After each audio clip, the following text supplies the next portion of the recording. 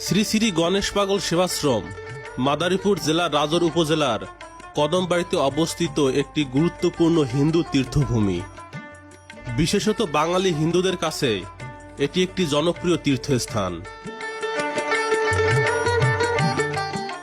গণেশ পাগলের অনুসারীদের জন্য 1905 সালে বাংলা 1312 বঙ্গাব্দে মাদারীপুরের রাজোর উপজেলার কদমবাড়ির দিঘিরপাড় এলাকায় প্রায় 365 বিঘা জমিতে গণেশ পাগল সেবাশ্রম গড়ে ওঠে।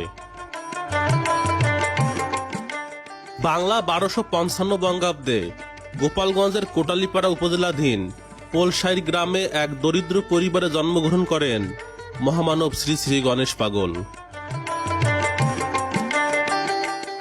গণেশ পাগলের পিতামহ পরম বৈষ্ণব কেনাই বৈরাগী 3 পুত্রের কনিষ্ঠ পুত্র শিরোমণি। এই শিরোমণি ও নারায়ণী দেবী ছিলেন নিঃসন্তান।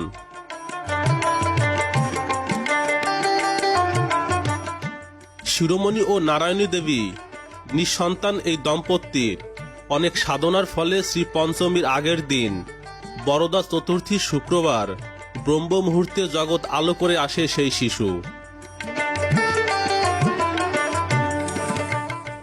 গণেশ পূজার দিন জন্মগ্রহণ করায় পিতামহ কেনাই বৈরাগী নাম রাখেন গণেশ।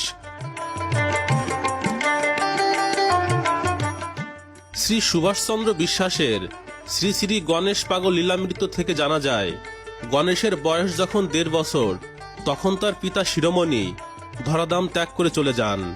এরপর থেকেই তার ও তার মায়ের উপর পারিবারিক বৈষম্য চরমে পৌঁছায়। এসব সহ্য করতে না পেরে নারায়ণী দেবী শিশুপুত্রকে সাথে নিয়ে স্বামীর ভিটা ত্যাগ করতে বাধ্য হন। আশ্রয় নেন গোপালগঞ্জের কোটালীপাড়ার ডৌয়াতলী বাপের বাড়িতে।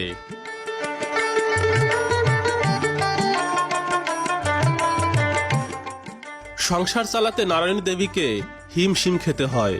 এজন্য পরিবারকে সহায়তা করার জন্য গণেশকে কেউ কেউ কাজে নেয়, কিন্তু গণেশ ছিল উদাসীন মানুষ।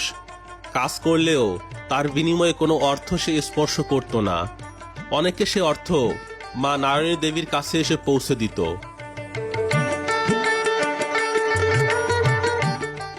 ছোটবেলা থেকে পুত্রের সংসারের প্রতি উদাসীনতা দেখে মা স্থানীয় সাধক গোসাই বিন্দু দাসের কাছে ছেলের আচরণের কথা খুলে বলেন। নারায়ণী দেবী তার হাতেই পুত্রকে তুলে দেন। এভাবেই বিন্দু দাসের আশ্রমে গণেশের নতুন জীবন শুরু হয়। তারপর থেকে গুরু শিষ্য দুজনে সারাক্ষণই সাধন ভজনে আশ্রমের সময় অতিবাহিত করতেন। এভাবে দিন থেকে মাস, মাস থেকে বছর ঘুরতে লাগে। যত দিন যায় গণেশ ততই সাধনায় সিদ্ধ হয়ে উঠতে শুরু করে।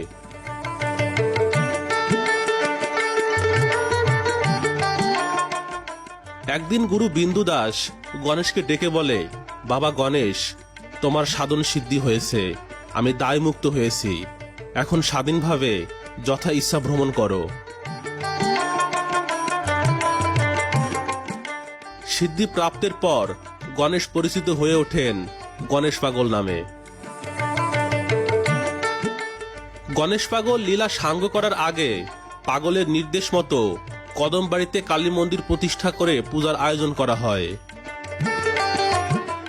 পৌষ সংক্রান্তিতে 3 দিনের কবিগান দেওয়ার রেওয়াজ শুরু হয়, আর সাথে কদমবাড়িতে শুরু হয় পৌষ সংক্রান্তির সপ্তাহব্যাপী মেলা। পাগলের দেহত্যাগের মাস 6 আগে পাগল তার পাগলামি একদমই ছেড়ে দেন। তার প্রিয় কবি মনোহর সরকারের বাড়ি থেকে আর বের হতেন না। সামান্য আহার করতেন, কথাবার্তা বিশেষ বলতেন না। বাংলা 1335 সনের দোল পূর্ণিমায় ভক্তকুলকে কাঁদিয়ে পাগল দেহত্যাগ করেন। এখানে ছোট বড় দিয়ে প্রায় শতাধিক মন্দির রয়েছে। মেলার সময় সম্পূর্ণ তীর্থভূমি ঘুরে দেখতে 3 থেকে 4 ঘন্টার মতো সময় লেগে যাবে। এখানে আসলে অনুভব করতে পারবেন সনাতন ধর্মের প্রায় সকল দেবদেবীর উপস্থিতি, যা আপনাকে ভাসিয়ে নিয়ে যাবে এক অন্য ভুবনে।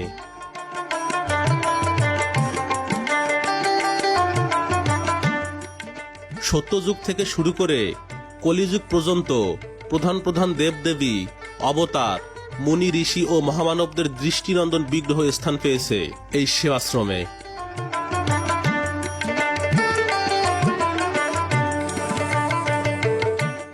প্রতি বছর বাংলা সনের 13ই জ্যৈষ্ঠ উপমহাদেশের অন্যতম কুম্ভমেলা অনুষ্ঠিত হয় এখানে।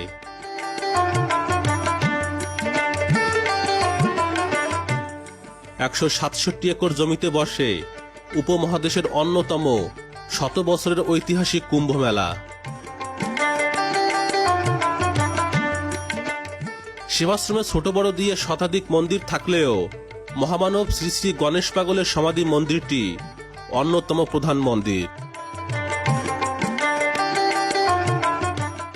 পাশাপাশি এখানে লক্ষ্মীনারায়ণ মন্দির, দুর্গা মন্দির, রাধা গোবিন্দ মন্দির, গৌরনিতাই মন্দির ও পূর্ণব্রহ্ম শ্রী শ্রী হরিচাঁদ ঠাকুর মন্দির রয়েছে। তাছাড়া সমাধি মন্দিরের উত্তর পাশে রয়েছে মনসা মন্দির, দক্ষিণে রয়েছে শিব মন্দির, এছাড়া পূর্বে রয়েছে শ্মশানকালী মন্দির ও পশ্চিমে সরস্বতী মন্দির।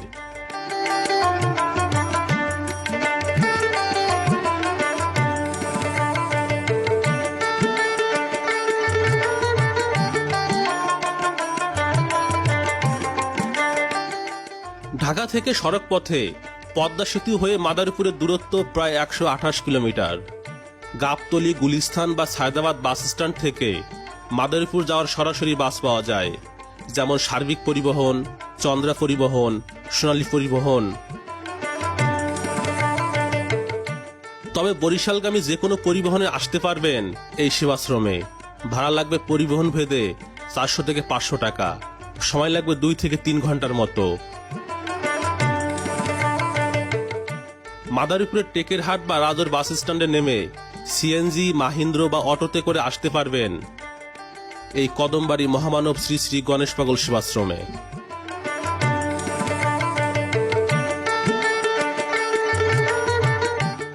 প্রতি বছর বাংলা সনের 13ই জ্যৈষ্ঠ এখানে অনুষ্ঠিত হয় আশ্রমের সব থেকে বড় উৎসব কুম্ভ মেলা। আপনিও সবান্ধবে ঘুরে যেতে পারেন পাগলের এই পুণ্য লীলাভূমি দিঘির পার কদমবাড়ি থেকে।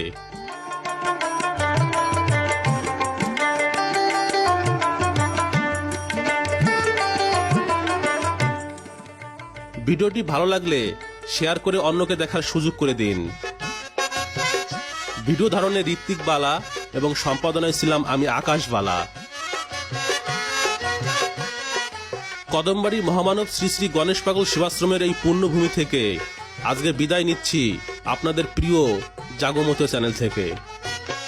কদমবাড়ি গণেশ পাগল, কদমবাড়ি গণেশ পাগল, চান্দের বাজার মিলাইছে, লীলা ভূমি বানাইছে।